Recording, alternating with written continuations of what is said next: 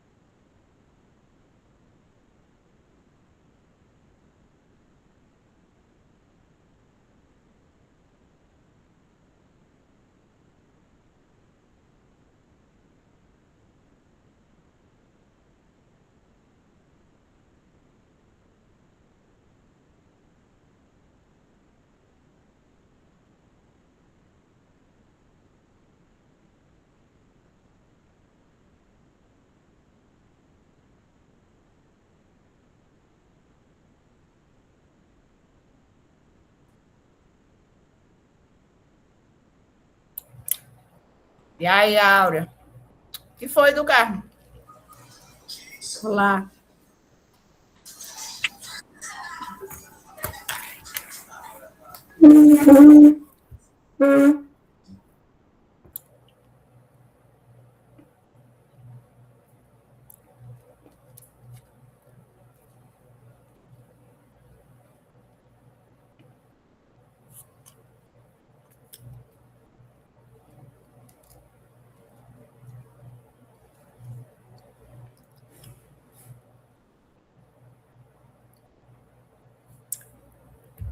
Tu vai começar, Maria do Carmo?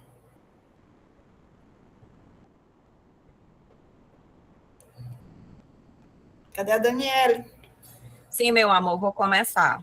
Ok, bora lá. Deixa eu pegar meu guia de quem não sabe de nada que eu fiz.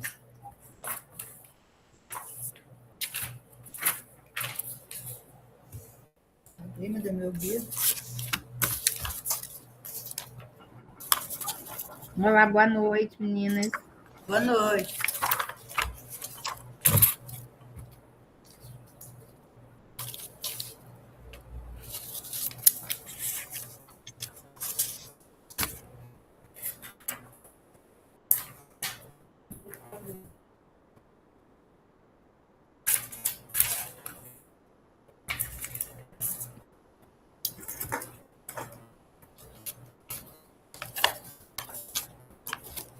Gente, eu vou só ligar aqui meu celular para aceitar as pessoas, porque eu vou ficar na tela de apresentação, tá bom?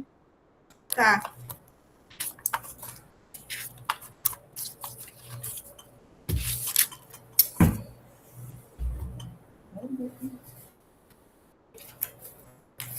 Cadê a Kátia?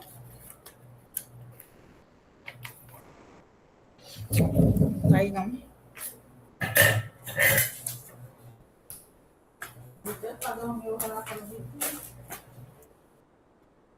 Ok.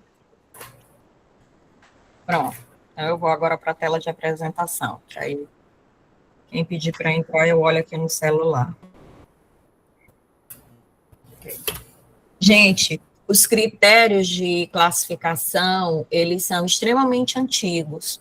Só que as primeiras tentativas de classificação, elas não eram científicas. Eles usavam critérios arbitrários. Então, elas não eram biológicas. Aí a gente foi com Linneu, começou aquela tentativa mais apropriada de classificar, porque ele levou em consideração critérios científicos. Antigamente, por exemplo, Aristóteles, o que eu como e o que eu não como. Só que essa classificação é de uso pessoal, é possível que eu coma coisas que vocês não venham a comer, que vocês comam coisas que eu não venha a comer. A partir de Linneu, a coisa enganchou. A gente ficou durante muito tempo com Whittaker. Só que, atualmente, a classificação passou pela evolutiva, agora a classificação, ela leva em consideração o parentesco evolutivo e a semelhança embrionária. Aí ela é uma classificação cladística. E aí a gente vai ver agora essa árvore da vida, a gente vai decifrar e usar ela na classificação e na análise do parentesco evolutivo entre organismos vivos. Então, mistério central. Quem é parente de quem? A filogenia, a ciência que desvenda as relações de parentesco evolutivo. A missão não é classificar por aparência, mas por história evolutiva comum. Nosso objetivo é reconstruir essa história. Então, por exemplo, quando a gente olha esses bichos, eles parecem, estão no mesmo ecossistema, mas não existe qualquer relação de parentesco evolutivo próximo entre eles. Então, apesar da baleia parecer um peixe, ela é um mamífero. Ela tem uma ancestralidade comum com outros mamíferos. Então, a aparência engana. A filogenia não classifica por aparência. Aí a gente vem para a história comum. A filogenia classifica por ancestralidade. Então, o que a gente vai observar? Que apesar da baleia parecer com o tubarão, ela está bem distante do tubarão e ela está mais perto do hipopótamo. O que mostra esse esquema aqui? Que existiu um antepassado e que no ramo evolutivo ele originou o tubarão e no outro ramo evolutivo ele originou hipopótamo e baleia. A gente agora vai aprender os termos. Essa classificação cladística, ela vai dispor de termos que são bem peculiares, e a gente vai se apropriar deles. Então, as ferramentas essenciais de como ler o mapa de parentesco. Primeiro, ele é lido, se ele tiver desse jeito... Olha que burra que eu sou. Espera aí, gente, que eu fiz uma burrice básica, mas deixa eu ajeitar a burrice. Sinceramente, rapidinho.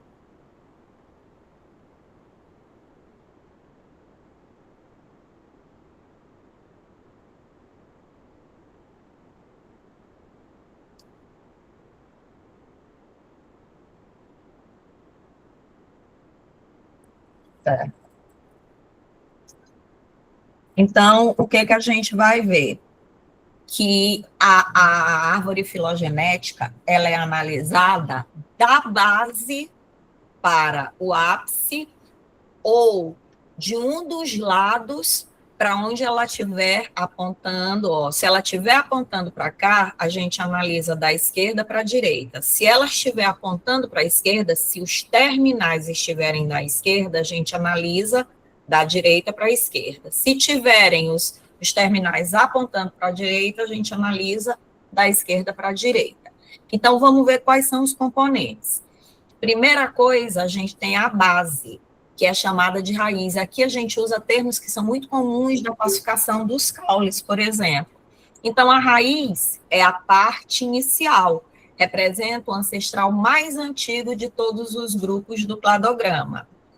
Toda bifurcação, por exemplo, eu tenho bem aqui, ó, aí tem duas opções de caminho. Eu vou chegar primeiro nessa primeira aqui, ó. Eu tenho duas opções de caminho. Eu posso ir para a esquerda ou eu posso ir para a direita. Então, isso aqui a gente chama de nó, ou a gente pode dizer que aqui é uma cladogênese, uma ramificação. Clado é ramo.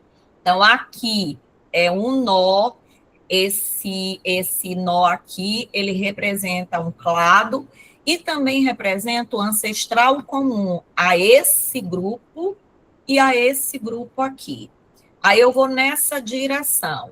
Esse aqui é um nó comum a esses dois organismos. Aqui é outro nó, outro clado, e é o antepassado comum desse organismo e desse grupo aqui.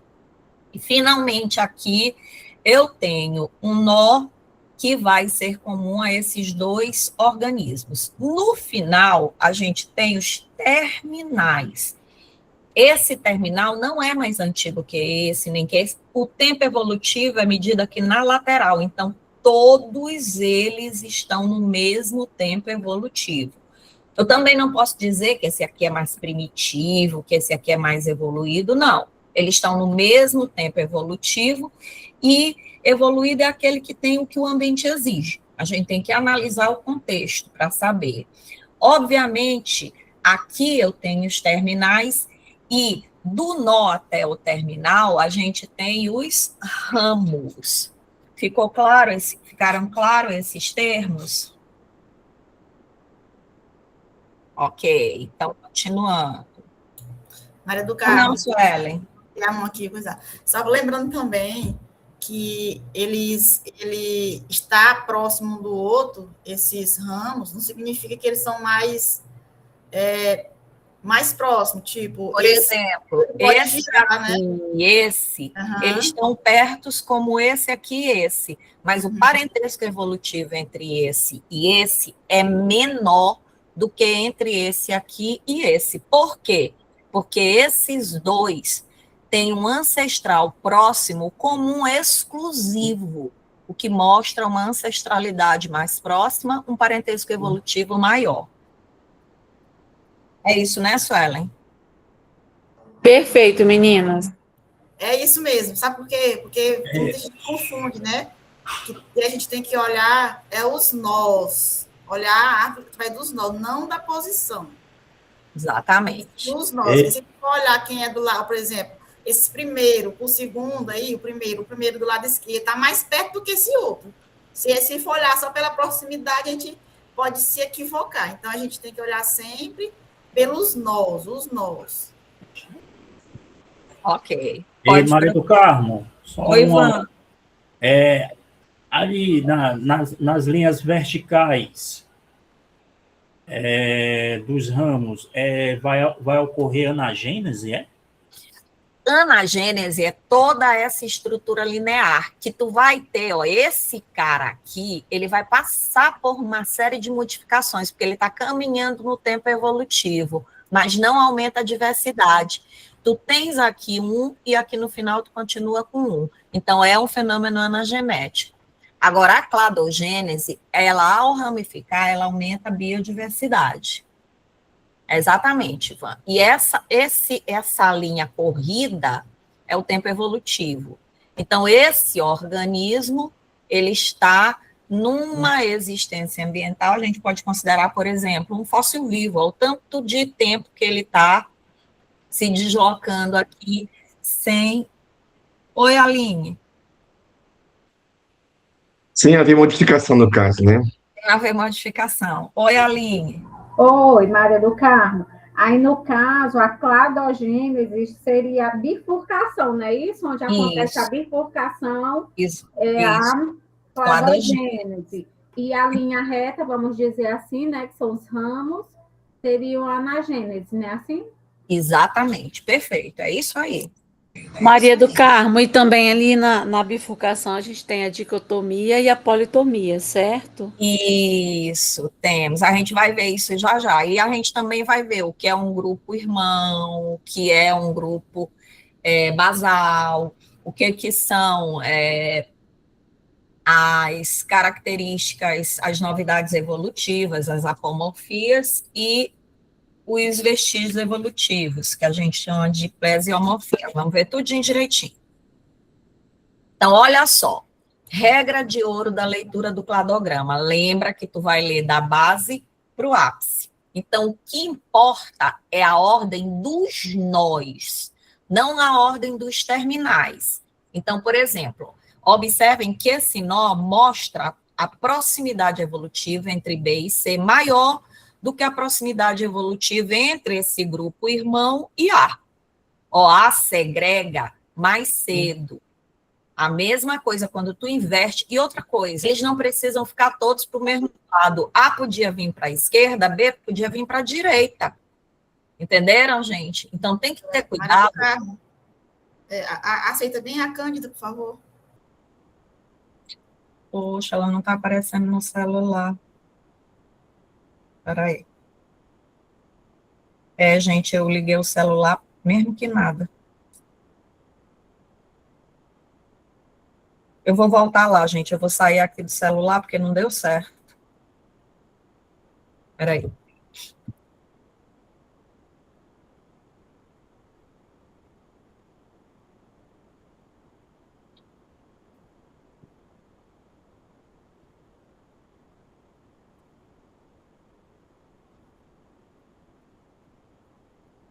Pronto.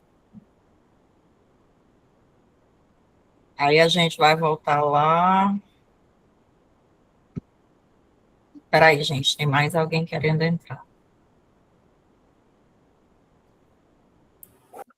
Boa noite. Boa noite, meu amor. Quem Tá é? começando? Já. Eita.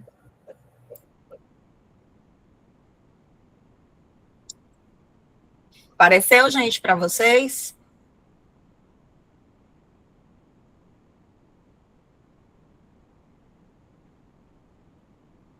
Olha só. Então, o que importa é você achar o nó. E, obviamente, independente dele girar para a direita ou para a esquerda, o nó, que é o ancestral, ele vai ser esse ancestral, ele é exclusivo desses dois organismos, o que mostra a proximidade evolutiva entre eles, independente do arranjo ser assim como na esquerda ou ser assim como na direita. As pistas, distinguindo evidências válidas de falsas. Para reconstruir a história, usamos caracteres morfológicos, genéticos. No entanto, nem todos os caracteres... Peraí, gente, que tem alguém querendo entrar.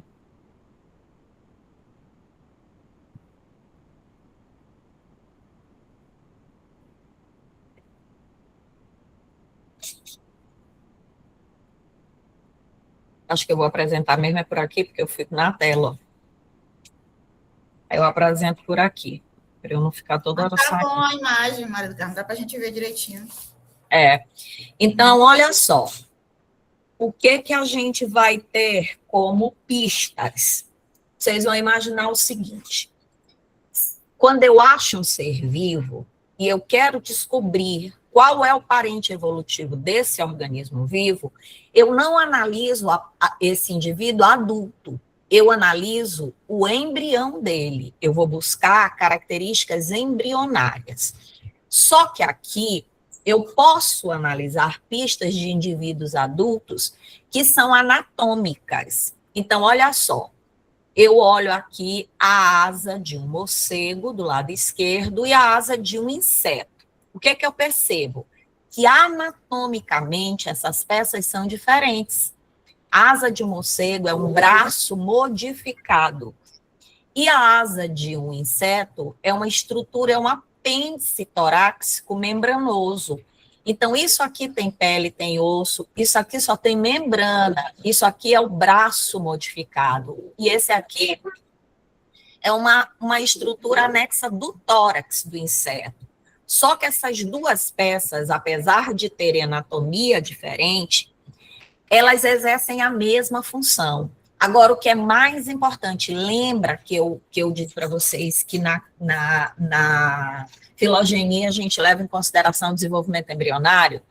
Então, eu vou ver como o embrião desses organismos faz para desenvolver essas estruturas. O morcego usa uma sequência de eventos completamente diferente da mosca para formar asas. Se bem que isso aqui não pode ser uma mosca, porque aqui eu tenho duas membranas, né? Então, isso aqui pode ser um gafanhoto.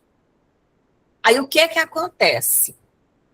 Esses órgãos, apesar deles virem para uma mesma função adaptativa, eles não têm a mesma anatomia, não têm a mesma formação durante o desenvolvimento embrionário, por isso eles são chamados de homoplásicos ou análogos.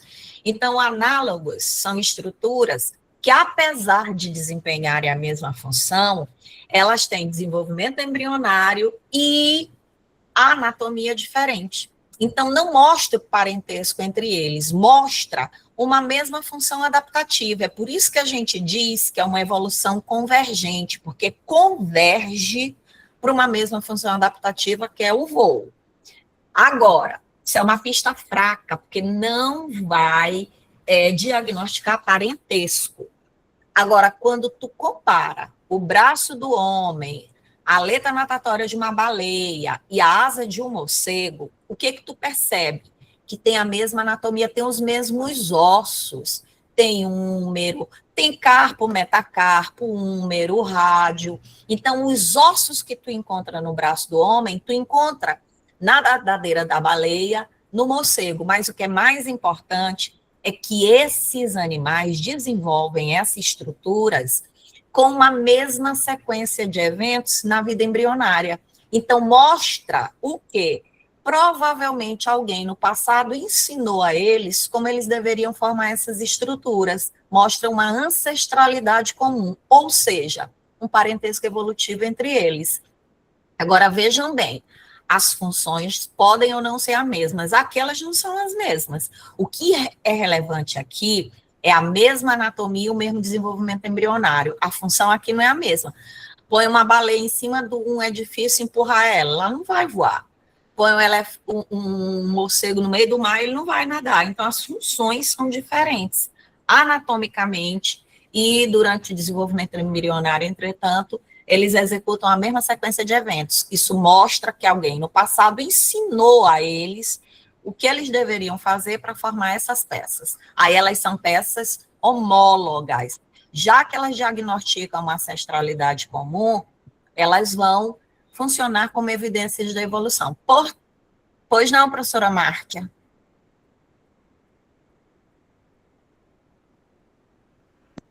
Agora? Sim. Oi? Oi, professora. Estão me ouvindo? Agora sim. Essa homoplasia é o que a gente pode chamar também de paralelismo, é a mesma coisa? É parecido, o paralelismo é parecido com a homoplasia. A gente vai já dar um exemplo.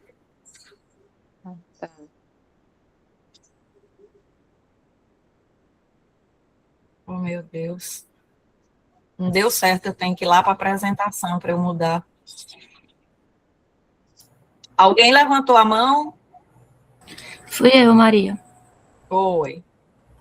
Então, eu posso associar, tipo, o órgão homólogo como uma resposta ao DNA, né? Que, no caso, por isso que envolve a ancestralidade comum, e eu associo os órgãos análogos a uma, sei lá, pressão do Pressão ambiente, seletiva, né? Sim, pode, professora, tá certinho.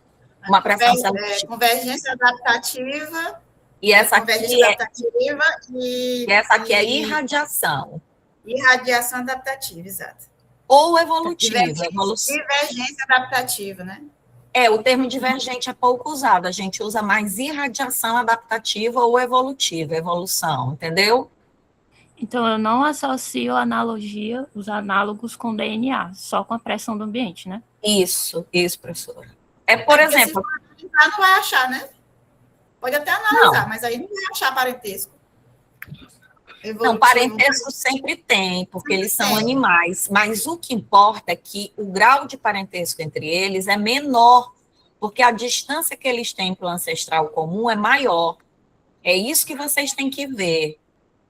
A distância que o organismo, por exemplo, se tu pegar um morcego e um inseto, é óbvio que eles têm características em comuns, o fato deles serem animais já é uma característica compartilhada, eles têm simetria bilateral, tem celoma, só que a gente vai ter esse ancestral comum a eles mais distante no tempo evolutivo. Agora, aqui não, é como se eles tivessem um nó mais próximo entre eles.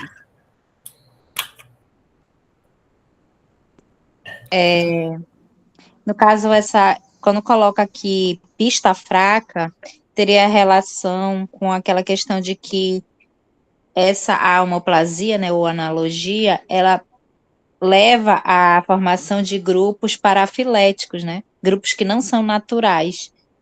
Exatamente. E o objetivo da filogenia é formar grupos monofiléticos. Né? Exatamente, professora. É bem aí que o negócio pega. Entendi. Então, deixa eu passar aqui. Aí a gente vem para a prova decisiva. O que é... Primeiro a gente vai para o termo unitário. O que é apomorfia? Apomorfia é uma novidade evolutiva. A gente diz que é uma característica evolutiva nova, derivada, em relação ao estado ancestral. Por exemplo, se tu pegares aqui a glândula mamária dos mamíferos, ela é uma novidade evolutiva que vai ser desse grupo dos mamíferos, entenderam? Se tu pegar a pena das aves, é uma novidade evolutiva. Então, toda novidade evolutiva é uma apomorfia. Agora, as apomorfias, elas podem ser compartilhadas por um grupo. Por exemplo, aqui, ó, o ovo amniótico é uma apomorfia que vai ser compartilhada por répteis, aves e mamíferos. Então, a gente diz que, como existe um grupo compartilhando essa característica, aí a gente vai ter o que chama de sinapomorfia. Então, sim, é um conjunto. É só lembrar de simpático, é aquele que fica junto de. Então, sinapomórfica é uma novidade evolutiva compartilhada por um grupo. Então, o ovo amniótico é uma sinapomorfia de répteis, aves e mamíferos. A pena é exclusiva de ave. Então, quando a característica apomórfica for exclusiva, a gente diz que é uma autapomorfia. Então, uma autapomorfia é uma novidade evolutiva que é exclusiva de um grupo. Assim como a glândula mamária é uma autapomorfia de mamíferos. Entenderam? Então, a sinapomorfia, ela vai definir e unir o clado. Ó. O ovo amniótico, ele define esse clado de répteis, aves e mamíferos, unindo eles. É uma novidade evolutiva compartilhada por 2 ou mais grupos. Aqui, a gente vem para a pista ancestral. Cuidado com a armadilha da simplesiomorfia. A simplesiomorfia, bora primeiro entender o que é a plesiomorfia. A plesiomorfia é uma característica primitiva, é uma característica que está presente no ancestral. Aí essa característica, ela pode ser um caráter do ancestral que vai ser compartilhado pelo grupo.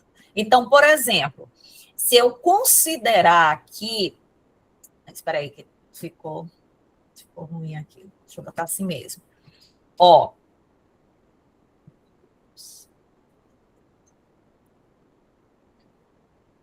Ó, se eu considerar a respiração pulmonar dos adultos, bem aqui, eu vou ter uma característica que vai estar presente em anfíbios, répteis, aves e mamíferos. Então, é uma característica, uma novidade evolutiva que é compartilhada por eles, é uma sinapomorfia. Agora, uma característica antepassada que está nos peixes e que eles têm coluna vertebral. Então, é uma característica que está no ancestral, que não é necessariamente o peixe, o ancestral está bem aqui. A gente pode botar um crossopterígio, não, é sarcopterígio, que é o ancestral que vai originar esse povo aqui, os terrestres. Esse crossopterígio, ele já tinha coluna vertebral. Então, essa coluna vertebral é uma característica que vai ser comum a todos esses organismos. Só que ela normalmente, ela inclui um clado grande, porque ela é uma característica primitiva que vai estar comum nos descendentes. Então, ó, simplesiomorfia é um caráter ancestral compartilhado. Eu gosto mais vou confessar para vocês que gosto mais de botânica do que de zoologia. Para quem gosta de botânica, por exemplo, um exemplo muito legal é a alternância de geração. A alternância de geração começa nas algas, que é o ancestral, e está presente em todos os vegetais. Então, é uma simplesiomorfia. É um caráter ancestral compartilhado. Embora seja uma homologia, pode ser antiga e estar presente em muitos grupos, incluindo fora do grupo de interesse imediato. Ela não serve para definir clados menores dentro de uma análise. Vejam que ela foi... Alguém levantou a mão? Então, alguém está querendo entrar. Espera aí, rapidinho.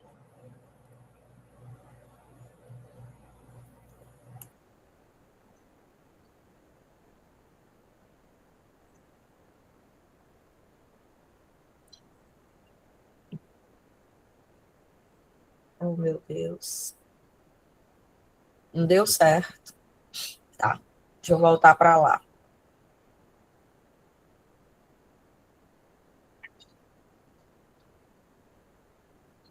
Então, como eu disse, a plesiomórfica é uma característica primitiva. E se é compartilhada pelos descendentes, é uma simplesiomorfia. Entenderam?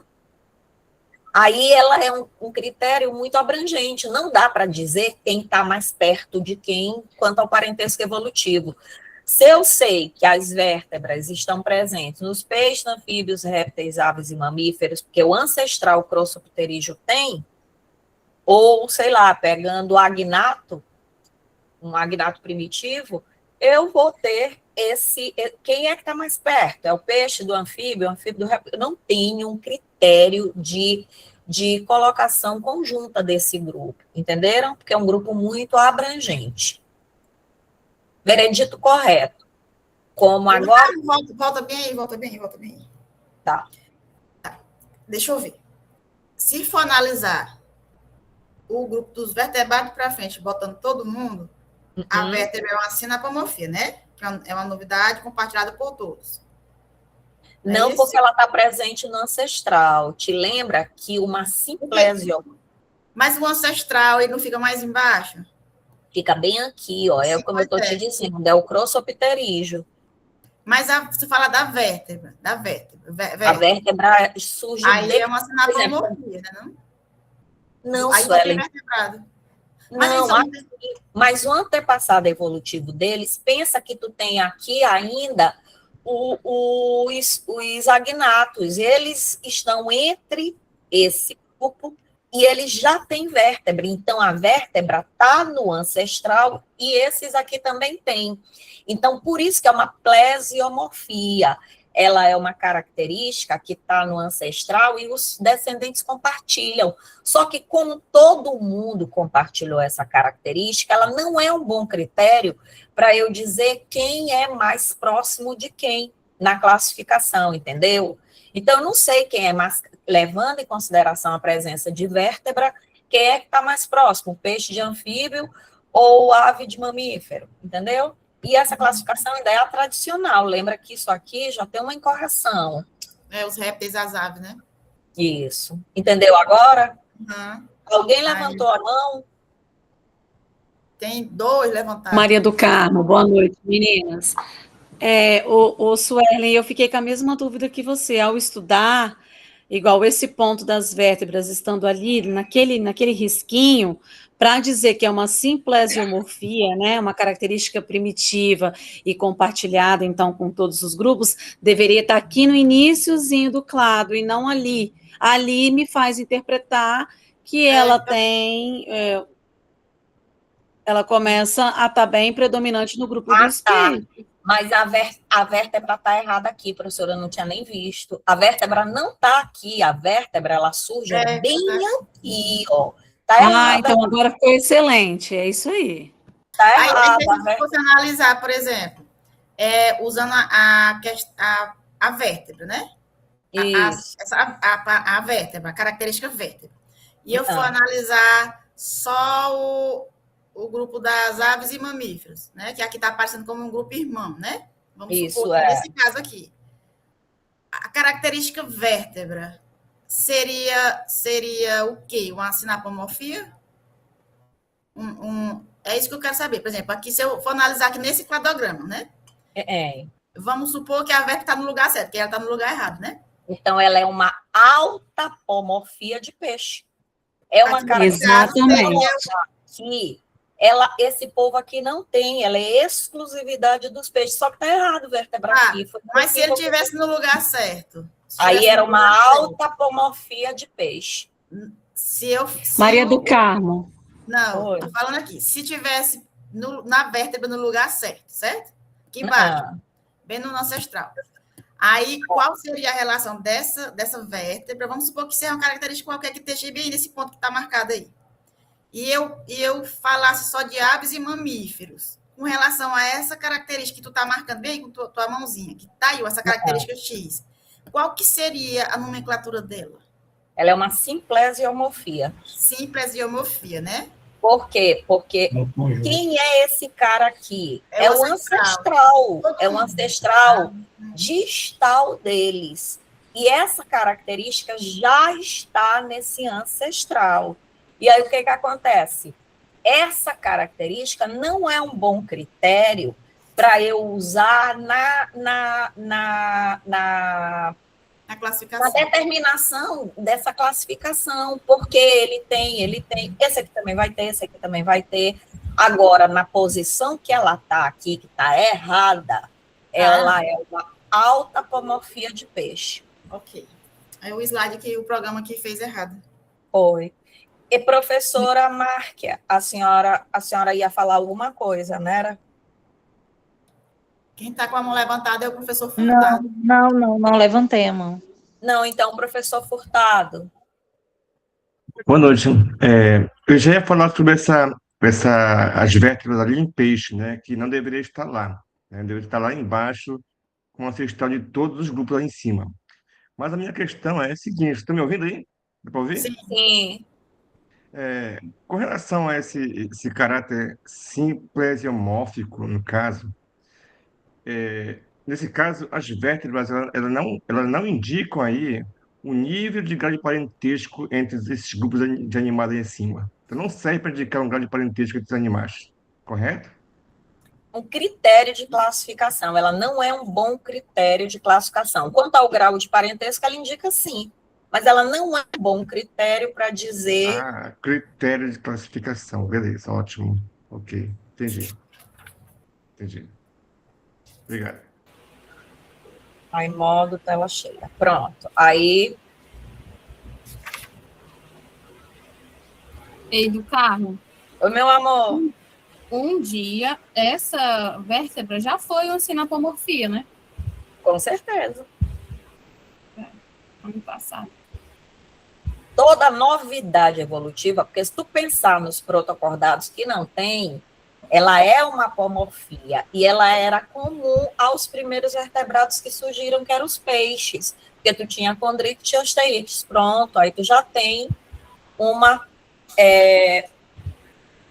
característica comum, sinapomorfia. Então, uma apomorfia vira uma sinapomorfia, que vira uma simplesiomorfia. Mas aí tu tens que analisar em cada coisa, para tu não confundir, porque elas podem gerar essa sequência que tu está dizendo ou não. Sim, eu estou falando, mas seria uma sequência lógica, né? Mais lógica, a apomorfia está aqui, eu tenho umas características só minha. Vamos supor uma alta apomorfia, só minha. Aí eu passo um tempo com anagênese ali, aí eu sofro uma ramificação de cladogênese. Aí eu já tenho uma sinapomorfia, né? Não é mais uma autapomorfia. Aí o tempo vai passando, vai surgindo novas características, e aí essa sinapomorfia pode virar uma simplesiomorfia, né? Pode. Ok, entendi. Se ela for compartilhada, tem que lembrar sempre disso. A palavra compartilhamento é muito importante. Toda vez que tem sim, é compartilhada. Então, vamos lá, gente. Maria do Carmo, deixa eu só perguntar um negócio para a gente ser bem assertivo aqui. Quando a gente fala grupo ancestral exclusivo, né, de um grupo, e ancestral primitivo, né? Você pode esclarecer um pouquinho aí para mim? Cá embaixo aqui, ó, no início de tudo, o ideal é chamar ancestral primitivo? Exatamente. Esse termo ou tem mais alguma coisa? Não. Ancestral primitivo? E ou você também colocar... Os ancestrais sempre estão nos nós. Onde ocorre a cladogênese... sim, eu só queria saber se o termo é esse, ou... Agora, quando chega aqui... E aqui em cima é um ancestral exclusivo primitivo, ou só ancestral exclusivo? É o ancestral comum exclusivo do grupo monofilético. Então, esse exclusivo. Cara aqui, isso. Que é comum de um grupo irmão, certo? Isso, exatamente. Ele identifica o grupo irmão. As sinapomorfias identificam os grupos irmãos. Né? Pode e aí, também... Maria do Carmo... diante do que a Suelen falou, muitas coisas, conforme vai se evoluindo e as pesquisas, o que era um dia muito exclusivo passa a ser compartilhado. Então, por isso que, né, e também as novidades evolutivas, né?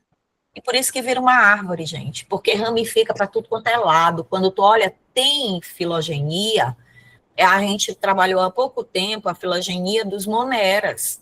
Na verdade, vocês viram eucária, procária. Gente, era uma coisa absurda de tanto ramo. E olha que ele só colocou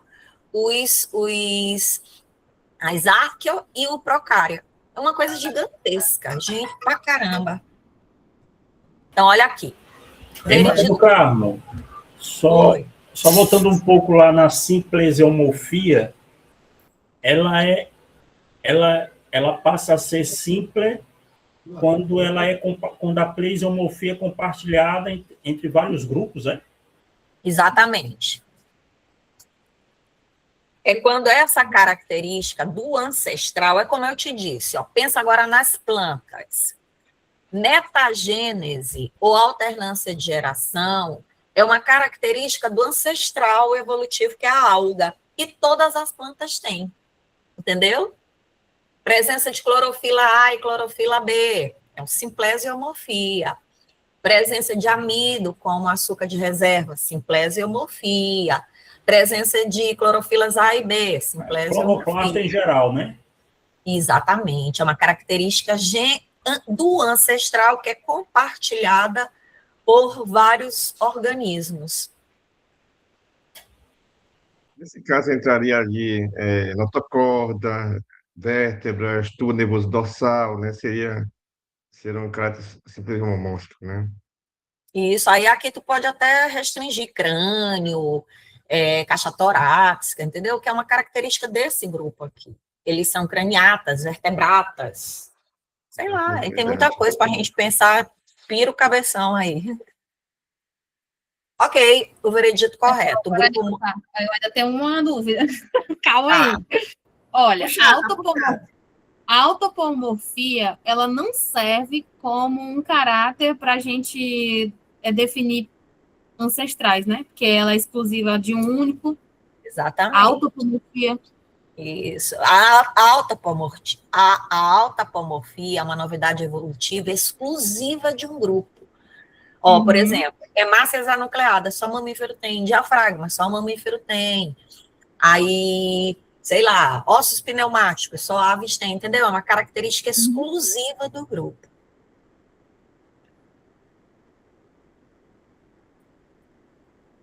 Posso passar? Ok. Então, o veredito correto, o grupo monofilético nucleado.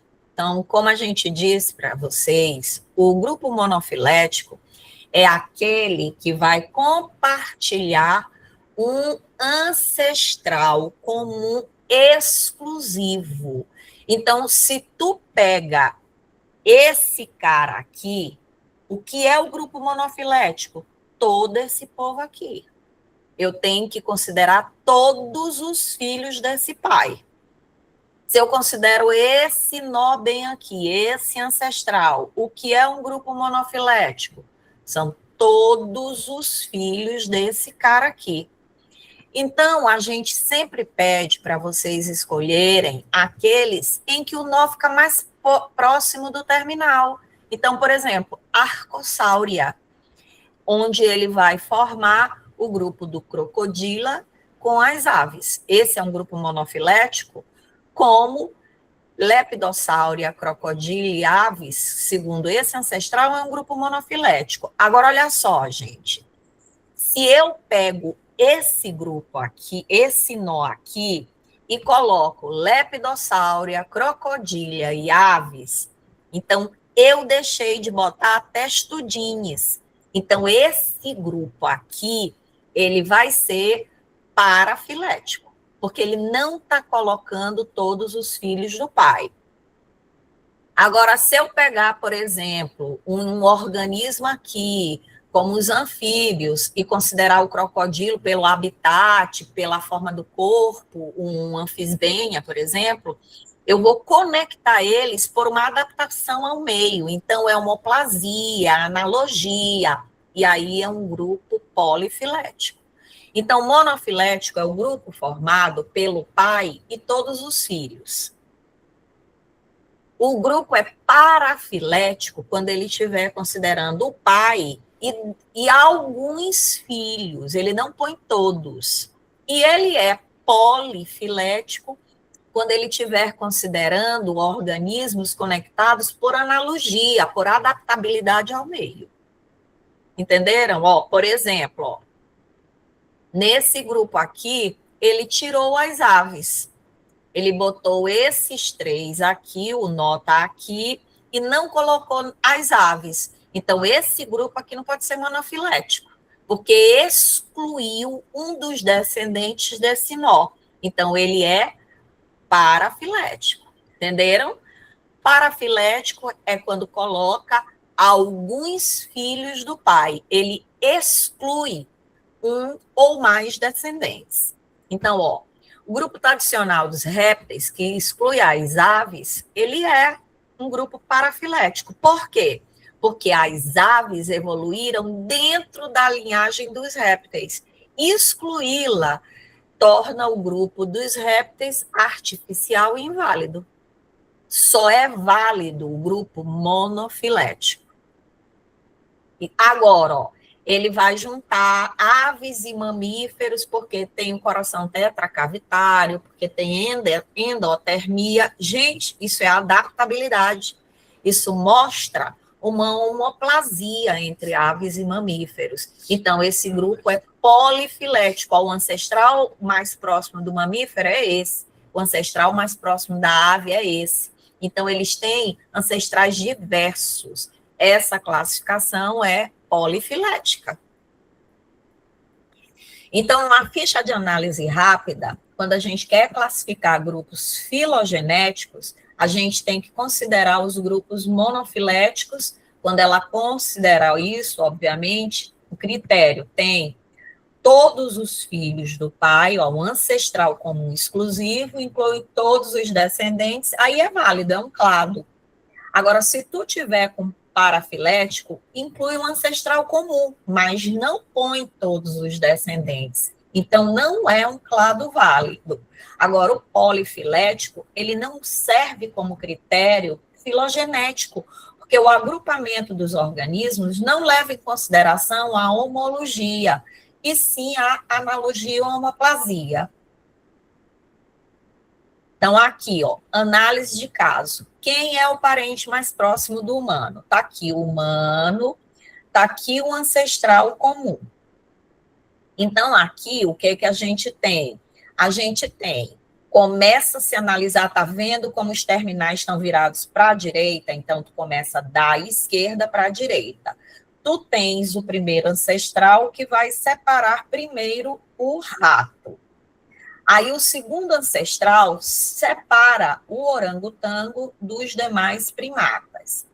Aí, esse terceiro ancestral separa o gorila desses organismos. Esse nó aqui liga bonobo, chimpanzé e humano. Então, quem é o parente evolutivo mais próximo do homem? Esses dois, porque eles formam um grupo irmão, um grupo monofilético. Eles compartilham o ancestral mais próximo entre eles. Esse ancestral mais próximo é comum a eles 3. Então, vamos aplicar o método. Analisando o cladograma, observamos o nó que representa o ancestral comum mais recente, vemos que humanos compartilham este ancestral exclusivo com chimpanzé e bonobos, formando um clado.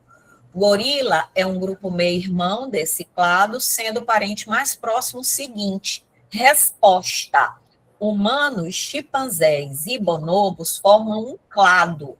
Eles compartilham um ancestral comum mais recente entre si do que qualquer outro grupo. Então, quem é o parente do homem mais próximo? Eles dois. Entenderam? Ah, mas o chimpanzé está mais próximo. Foi por organização. Como eu disse para vocês, vocês podem rotacionar. E aí o bonobo vai ficar mais perto do homem. É interessante falar isso, Maria do Carmo, sabe por quê? Porque quem não tem conhecimento vai pensar, né? Ah, tá mais perto aqui, ó, humano, chimpanzé, tá. Mas aí a resposta é por conta de quê? Você tem que analisar o quê? O nó, né? O nó tá aqui botando o ancestral comum mais próximo. Exatamente. E as questões que tem, todas elas pedem para você dizer por quê, né? Então, a gente tem que se atentar sempre na questão do nó. Por que eu estou dizendo que bonobo e chimpanzé são um grupo irmão do ser humano? Onde é que eu observo? Por que o bonobo é mais próximo do humano do que o gorila, sendo que está aqui do ladinho, né? Isso. Aí você tem que dizer que é por conta, a gente analisa, é o nó, né? O nó. Onde é que está o nó? O nó mais próximo é aqui, ó. Perfeito. Maria do Carmo, e ali também, né? O ancestral comum exclusivo, novamente aparecendo, né? Exatamente. Esse aí é o grande lance. Tu vem aqui, ó, o ancestral está no nó. Esse ancestral é compartilhado por eles três. Então, o grau de parentesco entre eles é igual. Isso aí que a Agda falou é importante a gente colocar, que eles compartilham o mesmo ancestral comum exclusivo. Isso, né? isso. Porque se botar o mesmo ancestral comum, aí todo mundo tem um ancestral comum. Até aqui no início tem um ancestral comum a todos cá no início, né? Então, assim, lá é o mais recente, comum, exclusivo, né? Isso que os torna grupo irmãos. Deixa eu só ver aqui que eu acho que tem alguém pedindo para entrar. Eu acho que foi a menina que levantou a mão. A Aline levantou a mão. Ah, tá. Pois não. Está se escondendo de mim, né? Oi, Maria do Carmo. Quer participar da reunião? Espera aí. Ai, gente, é tão difícil. Só rapidinho, professora, rapidinho, porque eu vou sair de novo da tela de apresentação, porque tem alguém que está... É não do Carmo, a Aline quer falar. Pois não, Aline. Só para confirmar, Maria do Carmo, no caso aqui desse grupo que a gente está analisando, o monofilético, né? Não tem, como é que eu vou dizer? Não há uma proximidade maior entre o chimpanzé e os humanos por conta do posicionamento aqui deles? Não, não tem. Eles, como é um grupo monofilético e eles compartilham um ancestral comum exclusivo, eles têm um grau de parentesco evolutivo semelhante. Bonobo chimpanzé, bonobo humano, chimpanzé e hipo humano. Maria do Carmo, essa linha de cima aqui, que tem os nomes, não quer dizer grau de parentesco, né? O que importa... Não, é tempo evolutivo. O que importa são os clados, né? Isso, meu amor.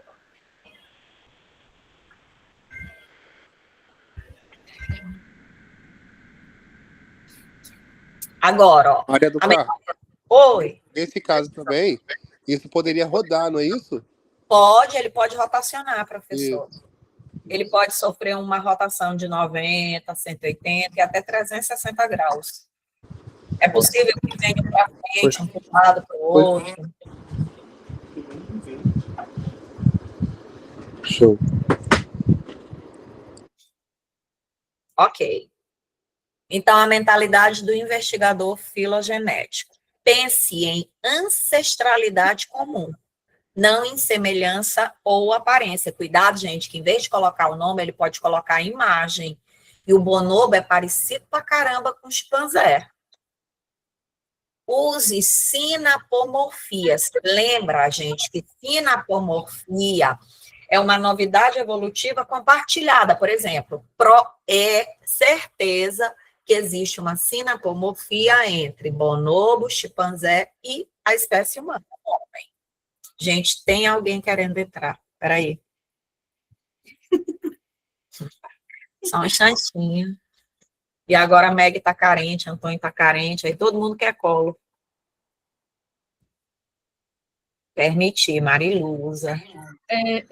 Do Carmo, mas tá difícil essa jornada, viu? A gente não tem tempo de ir um lado, pô, fica tudo doido. Oh, Jesus.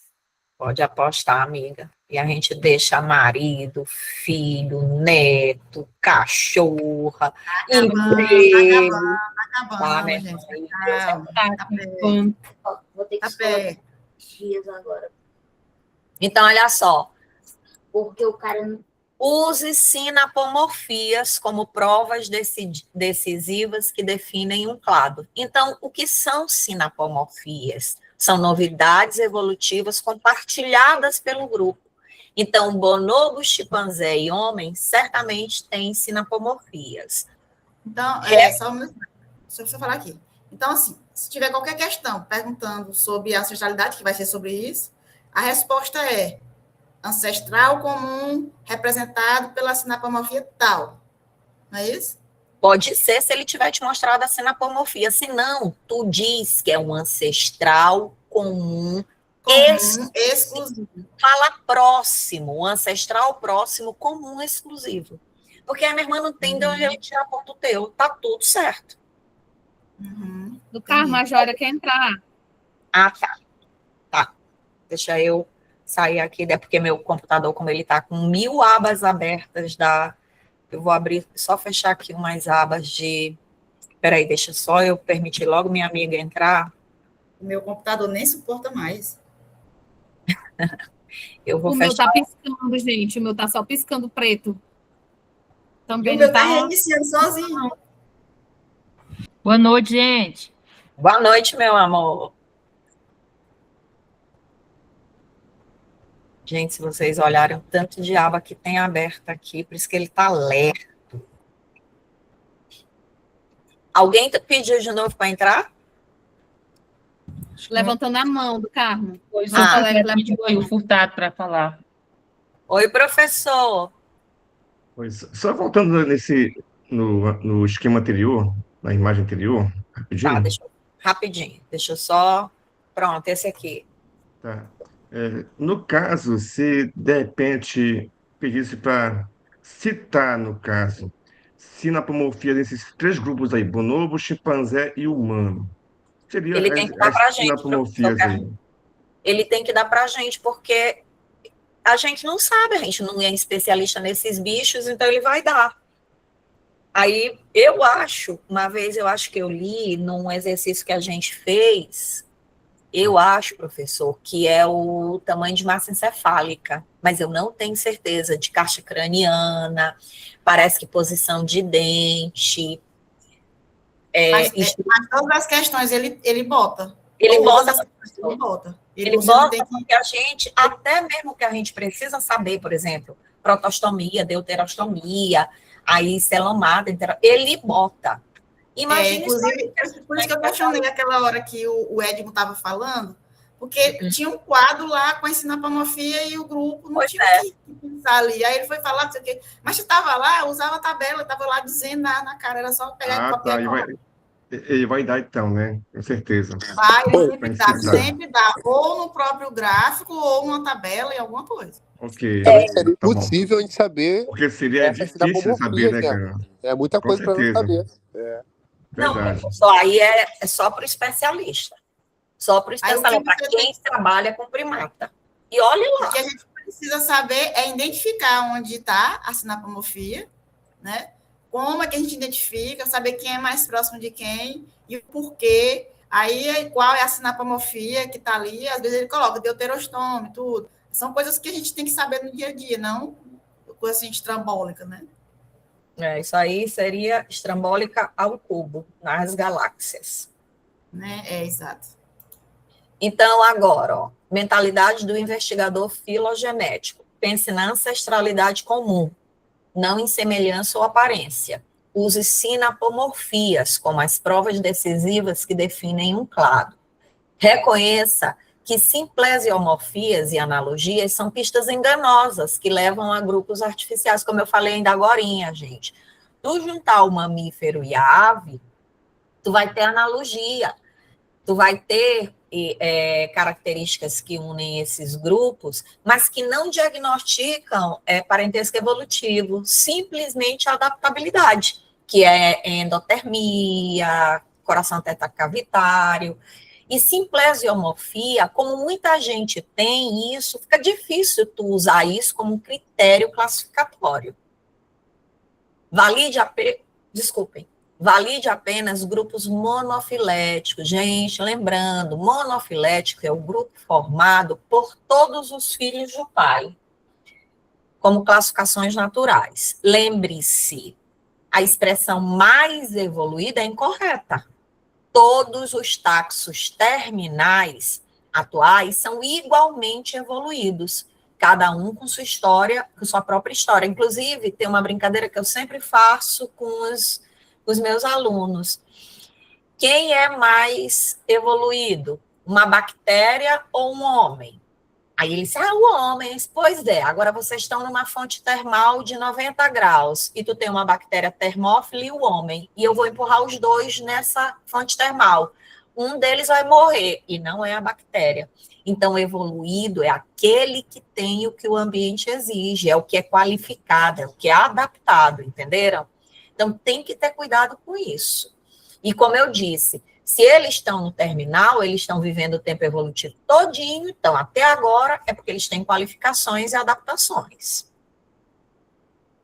Então, termos o glossário do especialista. O cladograma é o mapa que representa uma hipótese de parentesco evolutivo. O nó é o ponto que representa o ancestral como o mais recente, um evento cladogenético, ou cladogênese.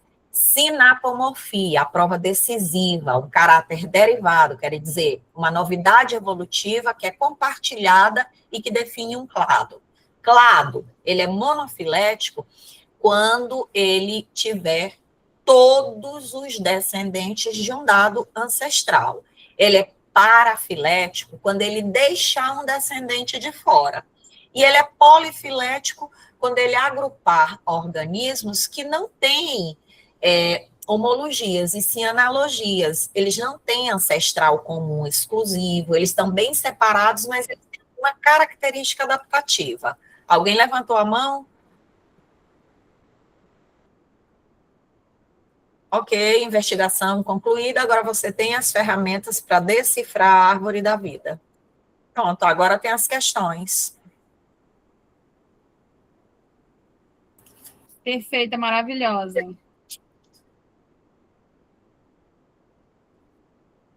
Já vi que tem gente aí que vai fazer 20 pontos. Isso, Ellen. Eu vi hoje... Isso, Ellen. Oi. Eu vi hoje, acho que no campo, eu falando que o chimpanzé e o humano, eles são clados irmãos, né? Eles têm um ancestral comum. O bonobo, o chimpanzé e o humano. Nós falamos aqui no slide, inclusive. Eles são ancestral, né? São todos ancestrais, um grupo irmãos, né? E aí, na verdade, a questão deles é o compartilhamento genético deles, que é muito extenso. Tem proteínas iguais, né? Por aí vai. A sinapomorfia deles? Eles têm características moleculares muito próximas. Ok. Eu lembro que o professor Pedro falou nisso, que inclusive ele até questionou assim. Ele falou que a questão da cromatina, lembra? 9% do DNA do chimpanzé é igual ao do DNA do ser humano, mas eles são tão diferentes, né? Aí ele falou a questão do silenciamento gênico. Falou da cromatina também, né? Apesar de ter praticamente o mesmo DNA, os genes são silenciados, eles não se expressam, né? Por isso que tem essa diferença. Uhum. Apesar do DNA ser praticamente uma cópia, né? Aí outra coisa que eu não sabia, e estudando também, a gente tem muito da parte imunológica dos neandertais, né? Isso foi provado também. Porque, na verdade, quando o humano, nós, né, fomos, né, concebidos, de uma certa forma, por alguma variação evolutiva, todos os grupos conviviam. Neandertais conviviam, homo convivia, e vários homos, né? E aí a gente também tem muito resquício da parte neandertal, né, sobretudo o sistema imunológico. Mas só que eles descobriram um picolézinho de Neandertal, quando eles descongelaram e tiraram o DNA e compararam com o nosso, eles viram que não existe uma ancestralidade. O Neandertal não deu origem ao Homo sapiens. Mas então, é isso que eu estou dizendo, não é que a gente tem ancestralidade com eles. Porque na evolução a gente subentende de que houve uma evolução linear, né? E o que se questiona hoje, em termos de evolução, sobretudo humana, é que esses grupos, eles conviviam, né? Por exemplo, não o Homo sapiens sapiens, mas o Homo sapiens, porque o Homo neandertal, ele é o mais antigo. Ele está extinto aos 40 mil anos. E aí a gente prevaleceu, né, como espécie. Mas a ideia é que todos nós convivíamos, só que em locais diferentes, né? Homo neandertais mais locais frios. Isso, eles eram mais na região, eles tinham migrado. É isso que a evolução traz, Agora, gente, é uma coisa absurda quando a gente começa a estudar essas doidices, porque, na minha cabeça, imaginar, porque se vocês olharem a estrutura craniana de um Neandertal, ela é maior do que do Homo sapiens, o original. Eles eram mais robustos, né? Eles eram homens grandes. Muito, ele era truncado. Então, naquele instante, o que a evolução exigiu, que o ambiente estava exigindo para selecionar, não era inteligência nem a força, era a agilidade, a gente só era mais ágil que eles. Massa, não é? E provavelmente a socialização, né? Isso, aí a gente teve que se constituir, conversar, em comunidades, perceberam que grupos que tinham comunidades maiores conseguiam se abrigar maior, se proteger de forma maior e predominar no ambiente, né? A união faz a força, né? Literal. E em conjunto fica mais fácil se livrar de um predador, conseguir alimento, Certeza. A Maria. E Suelen, agora qual é a atividade que a gente vai fazer? Tá no grupo? Meu Deus, cadê meu?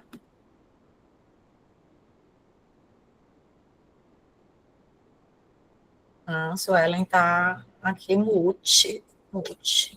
Deixa eu só ver aqui no grupo se eu acho a atividade.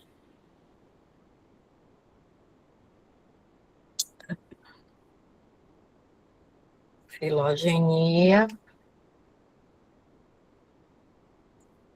Tá aqui, acho que tem eu tenho um monte de atividade aqui, deixa eu olhar as minhas. Porque, mestrado, biologia 2. Eu botei com... Maria do Carmo. Oi, gata. É a atividade que a professora botou as respostas de cladogênese. E onde está, gata? No tu grupo. Botou aqui. Ah, tá. É uma que está em PDF, é? É. Uhum. Tá, olhei. Peraí. Misericórdia divina. Resposta de biologia do bloco 2, né? Você baixou. Gente, eu estava pesquisando aqui, esse bonobo é o mesmo chimpanzé? Parece mais. Ele é um pouquinho maior do que o chimpanzé.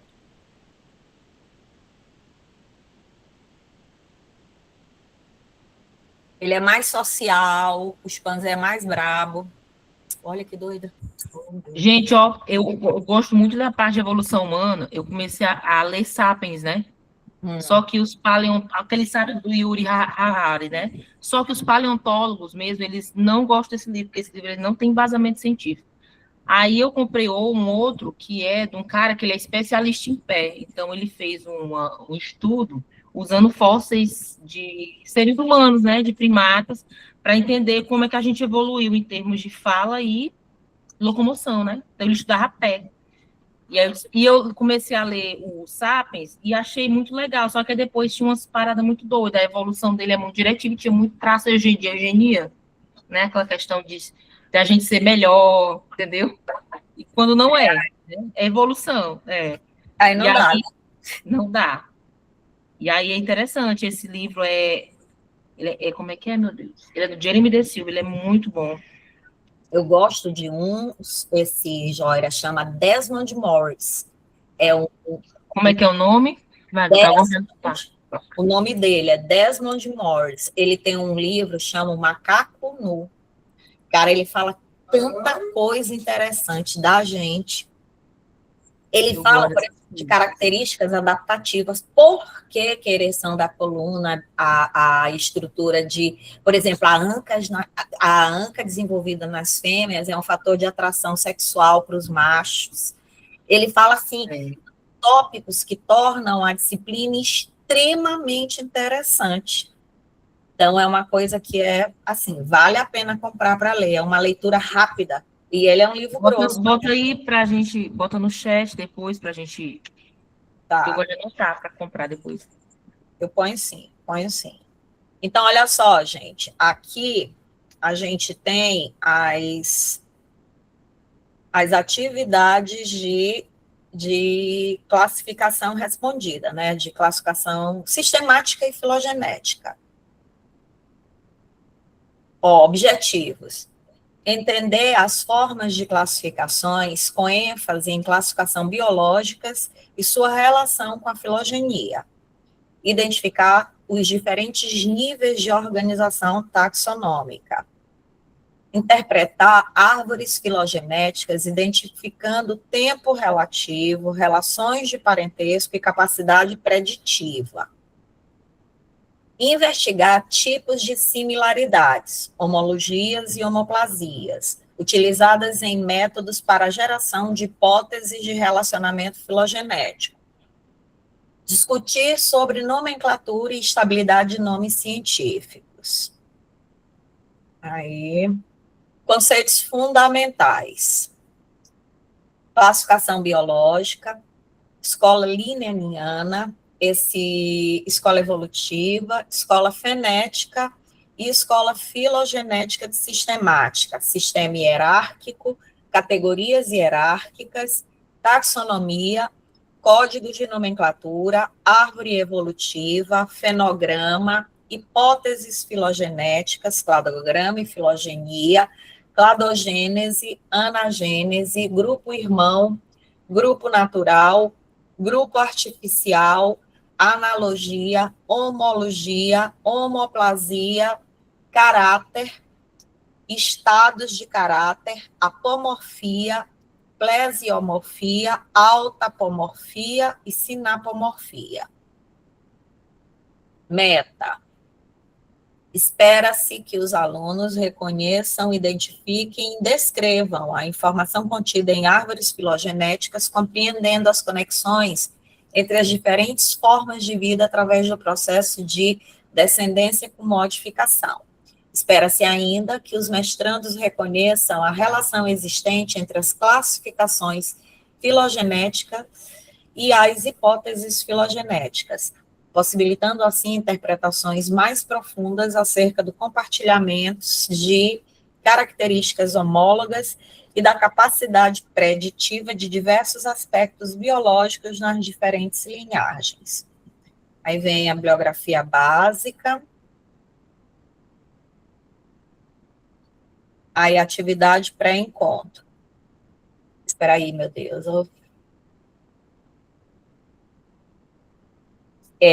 Ler o texto em quadrinho, guerra, um passeio pela classificação biológica, Universidade Federal Espírito Santo, Secretaria de Ensino à Distância, responder as questões. Agora me lembrei do professor Felipe respondendo e ele errou. Aí, acho que foi a Ana Carla. Não, Vanessa responde. Aí ele ficou doidinho pescando a resposta no computador, vergonha alheia. Responder as questões. Como as ideias de Charles Darwin influenciaram a classificação dos seres vivos em comparação ao sistema de Linnaeus. Aí ele vem, ó. Darwin propôs um sistema de classificação com base na morfologia dos organismos, assim como Linnaeus? Não. Darwin foi o autor da teoria de radiação adaptativa, de homologia. Ele considerava os tentilhões, que são aves de Galápagos. Então, o que ele viu?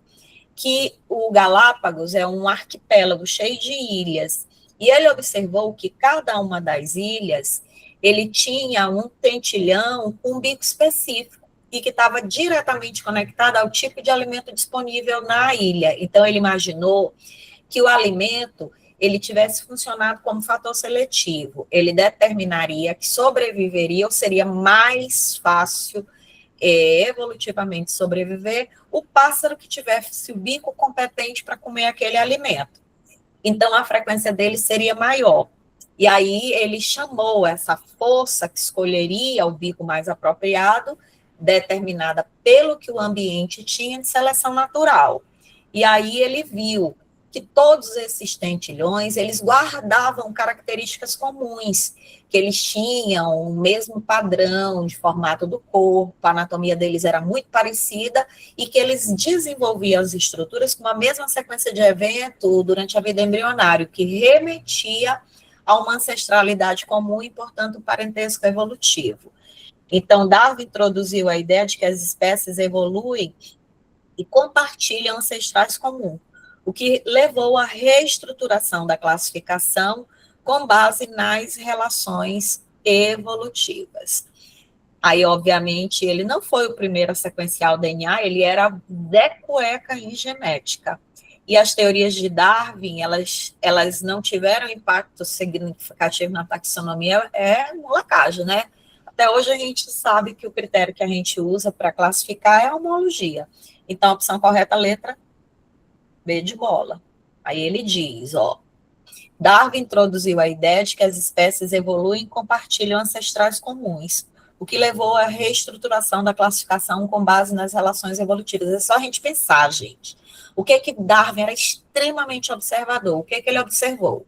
Ele disse o seguinte, ó, a primeira geração vão ser os pais, a segunda geração vão ser os pais e os filhos. Então, o que ele pensava? Que haveria um rápido crescimento numérico para a segunda geração, porque se teriam os pais e os filhos, rapidamente cresceriam. Só que quando ele ia para a natureza, ia medir a frequência dessa população, o que ele observava? Que apesar de haver um rápido crescimento numérico, de haver o crescimento numérico, não era como ele esperava. Então, o que ele disse? Ele, rapaz, muita gente nasce, mas poucos sobrevivem. Existe uma luta pela sobrevivência. Vai viver o mais competente. Aí ele chamou isso, quem escolhia o mais competente era o ambiente. Aí ele chamou isso de seleção natural.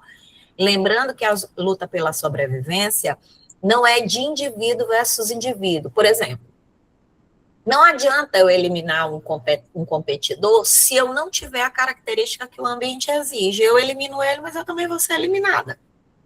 Então, a luta pela sobrevivência é de ambiente, é de organismo versus ambiente. Sobrevive aquele que tem o que o ambiente exige. Por isso que a seleção, a escolha, é da natureza.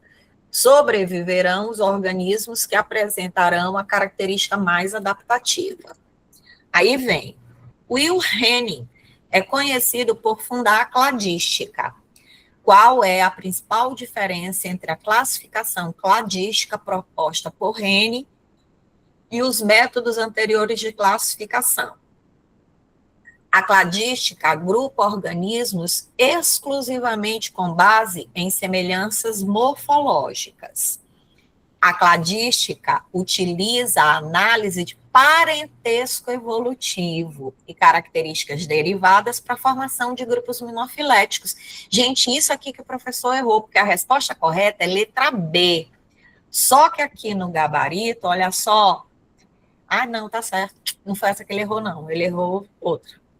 Letra B. A cladística utiliza o parentesco evolutivo e as características derivadas para formação de grupos monofiléticos, grupos que compartilhem um ancestral próximo, exclusivo e comum.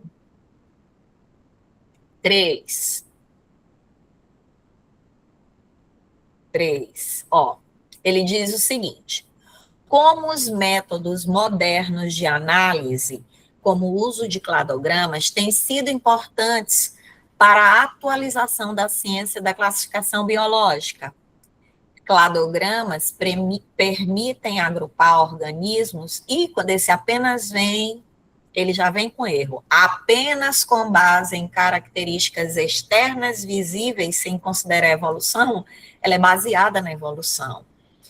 Cladogramas utilizam dados genéticos e morfológicos para ilustrar as relações evolutivas entre os organismos, ajudando a criar uma classificação mais precisa e científica. Então, é a opção correta, letra B. Vige. Ô, gente, sinto muito. eu não vou mais fazer isso. Eu estou analisando sozinha, né? Foi mal, não farei mais isso. Não, tá de boa, dá para analisar. Mas agora a gente vai... Tá tranquilo. Pode Continua, ir, tá? tá óbvio as respostas. Depois daquela aula que tu deu, tá fácil. Então, ó, cladogramas utilizam dados genéticos e morfológicos para ilustrar relações evolutivas entre organismos, ajudando a criar uma classificação mais precisa e científica. Cladogramas são representações visuais que ajudam a entender as relações evolutivas com base em características genéticas e morfológicas, oferecendo uma visão mais precisa da história evolutiva dos organismos.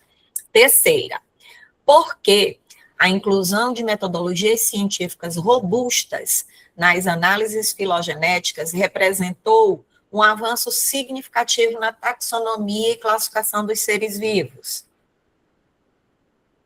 Essa é uma questão aberta, né? Deixa eu ver.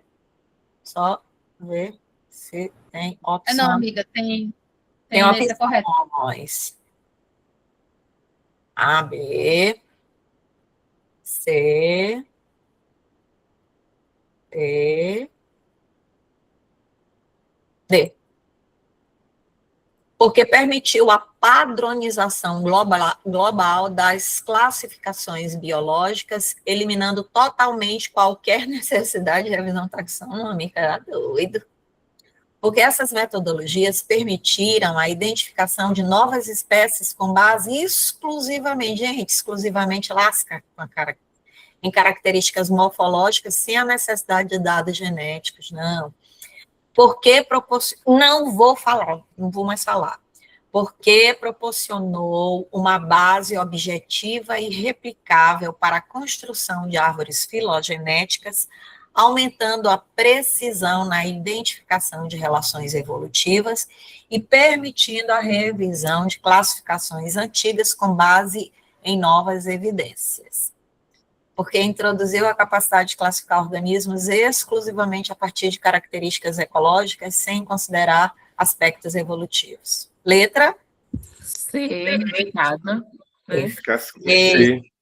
Com certeza é letra C, porque proporcionou uma base objetiva e replicável para a construção de árvores filogenéticas, aumentando a precisão da identificação de relações evolutivas e permitindo a revisão de classificações antigas com base em novas evidências. A inclusão de metodologias científicas robustas, como análise genética e métodos computacionais nas análises filogenéticas.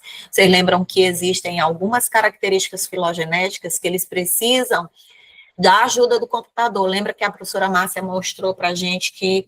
Não, foi a professora da alga, que mostrou que ela fez, analisou uma característica, e quem construiu o gráfico, botando ela mais perto ou mais separado, foi o computador, foi o software. Professora Gardênia, minha orientadora, ela. Ela construiu um algoritmo, né, o doutorado dela. Exatamente, era esse nome que eu queria lembrar. Para unir. Ela, inclusive, esse algoritmo que ela utiliza é para identificar tumores, né? Ela até falou que vendeu. Tem a patente, né? Não tem como não esquecer, não, que ela passou a aula todinha mostrando o trabalho dela. Foi. Acabou, é? Toda a atividade do bloco todo, então aí. Apresentação. São 12 folhas. Introdução à abordagem histórica, manhã, atividades. Linha de tempo da sistemática. Não, essa atividade é podre. Essa aí não, vai passar. Não, essa aqui é podre. Não, essa aqui é boa. Para a gente fazer, é porque foi uma atividade boa. Essa atividade 2 é boa. Uhum. É da tarde. Olha só, o objetivo dessa atividade é que os alunos tirem suas conclusões sobre as informações contidas nas árvores a partir da análise de duas árvores iguais. B e C, eu sei que elas são iguais porque eu tenho um nó próximo, aí B e C compartilham. Nó próximo, B e C compartilham. A pode estar na direita, na esquerda, não tem problema, elas são iguais. Quem é o grupo monofilético aí? B e C, ou A, B e C. Exatamente, Suelen. B e C, considerando esse nó A, B e C. Muito bem, tirar 20.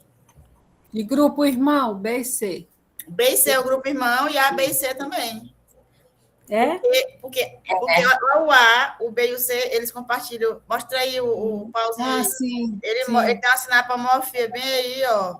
Que é mais embaixo, A, B e C. Bem aí, onde a Maria do Carmo apontou. Bem aí, ele tem uma característica como exclusiva, também conhecida como sinapomorfia. Que isso, Suelen? Tá esculachando. Aprendi. Aí ele quer saber aqui quem está mais próximo de A, B ou C? Os dois. B e C, né? Os dois. Porque olha só. Por quê? Pergunte por quê. Por quê? Por quê, meu povo? Porque eles compartilham o mesmo ancestral comum aqui. Exclusivo. Exclusivo. Porque B e C, eles possuem o mesmo ancestral comum. Então, eles são mesma quantidade de parentesco. É só observar o nome. Ó. Quando é pequenininho assim é fácil. Quando é não, quando é que tem aquele monte de coisa. B e C, os táxons mais próximos são os que compartilham o ancestral comum mais recente. Tem que botar bem aqui no nó mais recente. Isso. Ancestral comum mais recente. Comum ou exclusivo? Eu gosto da palavra exclusiva. Eu vou botar exclusivo, comum e exclusivo. Porque ele não pode dizer assim, errou, vou tirar um ponto. Não vou tirar ponto. Não tira ponto nenhum dela. Vai, não. Quem é o táxon mais próximo de B? C. Isso. Quem é o mais próximo de C? E. Isso, garota. Qual é o táxon mais antigo? É o A.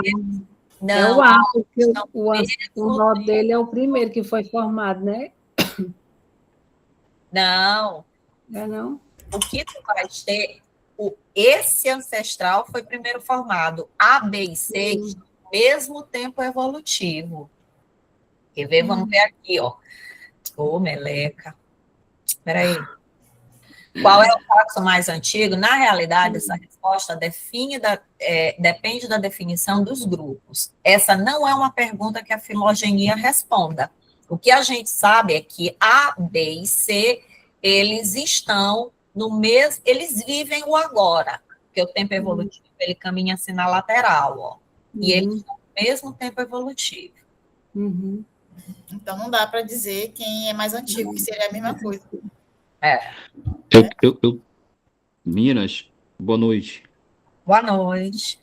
É assim, exatamente essa letra D aí, ela gerou, inclusive eu fiz uma indagação pro professor, porque de fato, ela gerou uma dúvida. Tá? Você acabou, Maria, de colocar na lateral aí a linha do tempo. Isso. Tá? Então, o que acontece? Se a gente olhar para essa árvore filogenética, de fato, o grupo ancestral que deu origem ao grupo A ali, ó, o grupo A, a partir desse ramo que vai até o grupo A, ele vai ter, lógico, ele vai ter algumas características exclusivas que não vão aparecer em B e C. Porém, quando a gente fala aí na linha do tempo, esse grupo A foi o primeiro grupo, de fato, a sofrer a separação evolutiva na linha do tempo. Então, se você levar em consideração, se tivesse uma linha do tempo aí, ó, na direita ou na esquerda, na casa de milhões de anos, quando você compara o grupo ancestral que originou isoladamente o grupo A e depois se dividiu novamente para dar o B e C, aí você vai ter foi isso que eu perguntei, né? Essa foi minha dúvida, porque se a gente está falando em evolução filogenética, é imprescindível que a gente não considere a linha do tempo. Tem que considerar essa linha do tempo. E aí a gente vai ter essa dúvida, porque na resposta que eles mandaram lá, foi essa. Na realidade, essa resposta depende da definição dos grupos. Isso não está bem claro. Pois eu vou deixar bem claro aqui para o senhor, professor. O grupo é A, o grupo é B e o grupo é C. Bem aqui houve a bifurcação. OA. Agora eu vou só para B. OB. Não, E agora aí não é o B. Aqui, Esse professor. ponto aí não é B. Para cá e para cá. Aí sim é o B.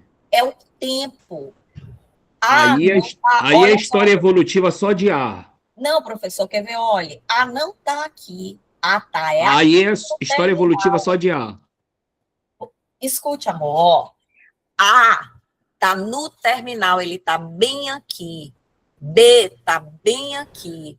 E C tá bem aqui. E o tempo evolutivo eu vou medir aqui. É o tempo presente aí. E o tempo passado? Isso. O tempo passado eu não sei tá quando A surgiu. Tá aqui, A tá no terminal. A tá no terminal. Aqui é o ancestral comum de A e do monofilético B e C. Aqui é o ancestral comum de B e C. A, B e C são terminais, portanto, eles vivem o agora. Eles podem ter... E também não dá para saber quem foi que veio primeiro, quem foi que veio depois. Não dá. Tem como a gente definir. O que eu posso afirmar para o senhor é que bem aqui, ó, houve uma pessoa que surgiu e que cladogenizou. Aí é cladogênese. Isso, aí ele, é cladogênese. No final desse tempo evolutivo, surge A. Aí, ó, ele vem para cá, e no final aqui vem B. Aí ele está aqui, mas ele pode vir reto, aí vem C. Por isso que ele te diz que, na realidade, essa resposta depende da definição dos grupos. Os grupos não são esses? A, B e C, eles vivem o agora. Entendeu? Então, a filogenia não tem como responder isso. Aí o senhor pergunta assim, mas então A surgiu bem aqui. Quem disse ao senhor? Não, isso aí é a história evolutiva, até chegar em A. Exatamente. Por isso é que a gente não pode dizer quem é que é o mais antigo. Eu sei que eles estão no agora. Eu não sei quando eles surgiram, porque eles estão só no terminal, entendeu agora? Não, eu entendi pelo seguinte, o que eu entendi aí, por que na realidade essa resposta não depende, aliás, depende da definição dos grupos, porque eu não tenho uma escala de tempo aí, eu sei que ela existe, mas eu não tenho a escala, eu sei que ela existe, mas quando tem a escala, aí é definido. Ei, só um acrescentamento. Se tivesse aí, ó, aonde você está com a mãozinha, se tivesse aí uma escala de tempo definida, eu iria ter como saber. Não, professor, aqui, ó, o tempo está aqui, ó, o tempo é medido aqui no eixo das ordenadas. Pois aí o que acontece, ó? Eu não sei ele se você tá bem aqui, ó, aí eu tenho A, aí eu nesse mesmo tempo eu tenho B, nesse mesmo tempo eu tenho C, eles estão Qual é esse tempo aí? Não importa, ele não vai... Não tem, assim, é por isso. É por isso que não tem como responder, porque ele não mostra aí. Não, professor, imagina que tem 10 dias aqui, 10 milhões, 10 trilhões, sei lá, bora botar 104 milhões de anos, bem aqui. Esse tempo aqui, ó, é o agora. Quem é esse tempo aqui? Hoje. Aqui eu vejo A, aqui eu vejo B, aqui eu vejo C, entendeu? O que ele te pergunta, quem é o táxon mais antigo? O que eu estou vendo é que esse povo está no tempo atual. Eu não sei quem é mais antigo. Eu posso afirmar que alguém bem aqui é o mais antigo, que é a raiz, mas ele não me mostra. Então, não tem como afirmar. Por quê? Porque eu não estou vendo esse táxon. Entendeu? Porque aqui, sim, ó, eu tenho alguém que viveu, eu estou crescendo. Aqui o tempo é mais antigo, aqui ele está vindo para a atualidade. Então, se tu considerar A, B e C, Não existe mais antigo entre eles, porque eles estão no mesmo tempo evolutivo. Entendeu agora? O senhor concorda, professor? Não, tudo bem, eu entendi a tua explicação. Eu entendi a tua explicação. E Maria, só uma questão. Eu entendo que A seja o grupo externo, né? Então, ele reúne as características pleisomórficas do grupo, né? Em si, A, B e C. E aí, B e C vão compartilhar características evolutivas, novidades, né? Só que, mesmo assim, já vão se diferenciar, ser diferentes. Então, a gente pode considerar o A como grupo externo, né? Porque aí, no caso... Aí pode, ele é o grupo externo. Aí a gente poderia inferir quem teria, né? Grupo irmão. Isso. Porque, meu amor... É porque, não sei se você lembra na tarde do Felipe, ele colocou, assim, para identificar o grupo externo. E aí eu lembro que a gente fez na professora Gardenha 1, e a gente tinha que explicar os grupos, né? Eu lembro que a gente falou sobre a tatuara, que ela é um organismo que vive até hoje, né? Ela já há milhões de anos, e ela tem características que unem, mas são bem específicas para ela, né? A Dani quer falar. Não, assim também a gente tem que olhar a pergunta, né? Ele pergunta assim, qual o taxon mais antigo? Ele não está perguntando da história. Eu entendi também o que o professor quis falar, né? Em relação à evolução da história passada. Mas ele está falando, ele está perguntando sobre os taxons que a gente está vendo, A, B e C. E aí a Ricardo tem razão, eles estão no mesmo momento, que é a ponta. Exatamente. Sim. Eu entendi. Em relação à pergunta, a Ricardo tem razão. Agora, em relação a pensar na história evolutiva, aí talvez a gente tenha que discutir um pouco sobre isso aí que ele está falando, mas a resposta é essa aí mesmo. Tem que, no caso, esperar que o gráfico dê informação, porque eu acho que no caso do cladograma, eles geralmente não informam a idade. Às vezes tem cladiogramas que colocam 200 milhões, 280. É verdade. Esse não está informando, não tem nem como a gente saber. Isso. Quem foi que surgiu primeiro? Agora sim, supõe-se que A, ele surgiu primeiro aí, né? Isso. Ele surge primeiro porque ele compartilha as características pleisomórficas do grupo A, B e C. A gente vê, e aí B e C se diferenciam. Ele tem essa característica basal, mas tem outras. Basal ou externa. Exatamente, que a gente chama taxon basal, né? Isso. No caso é quando agora, gente, olha só. Aqui lembra que está o ancestral, e quando ele caminha esse tempo evolutivo para vir para o terminal, não significa que ele não está mudando, ele está mudando. Só que aquela mudança que a gente chama, que é uma mudança por gradualismo. Tu vai ter, por exemplo, digamos que seja uma mariposa, ela era branca, ficou creme, ficou amarela, ficou laranja, até que chegou no vermelho, que é o atual, entendeu?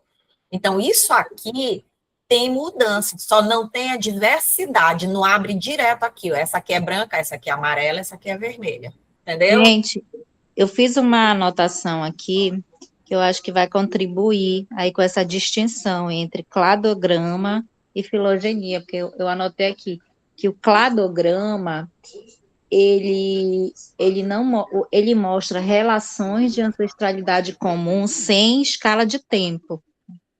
E a árvore filogenética, ela mostra relações de parentesco mais o tempo relativo de divergência, né? Então, no caso, aí, essa figura é um cladograma, se classifica como um cladograma. Então, a gente não pode dizer quem é o mais antigo, porque essa representação não mostra essa informação, por ser um cladograma. Se fosse uma filogenia, seria diferente. Perfeito.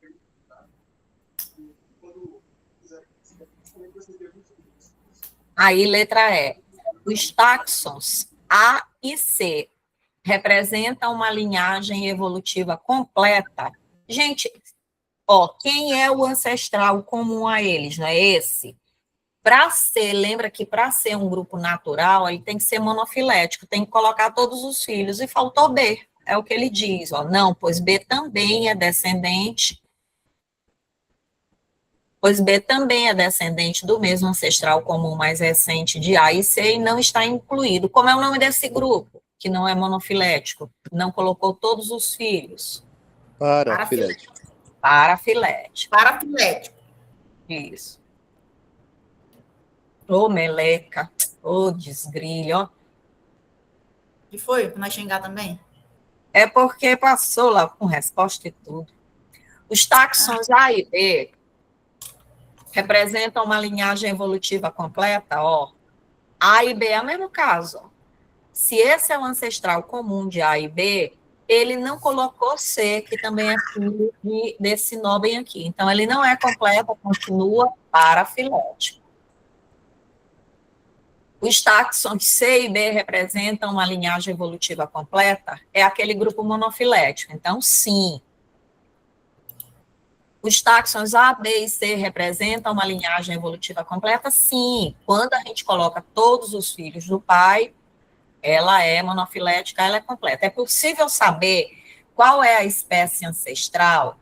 Lembra que a espécie ancestral está aqui no nó, e não no terminal. Aqui, A não é ancestral de B, que não vai ser ancestral de C. Ancestral de B e C é esse nó. Ancestral de A, B e C é esse nó bem aqui. Então, ó, não. As filogenias não mostram, nem têm objetivo de mostrar as espécies. As filogenias mostram as relações evolutivas entre linhagens das espécies atuais. Por isso, todos os grupos retratados nas filogenias são igualmente evoluídos. Daí não faz sentido falar em grupo mais primitivo ou mais derivado. É igual a pergunta anterior do tempo ali. Ele queria saber se era possível saber quem é.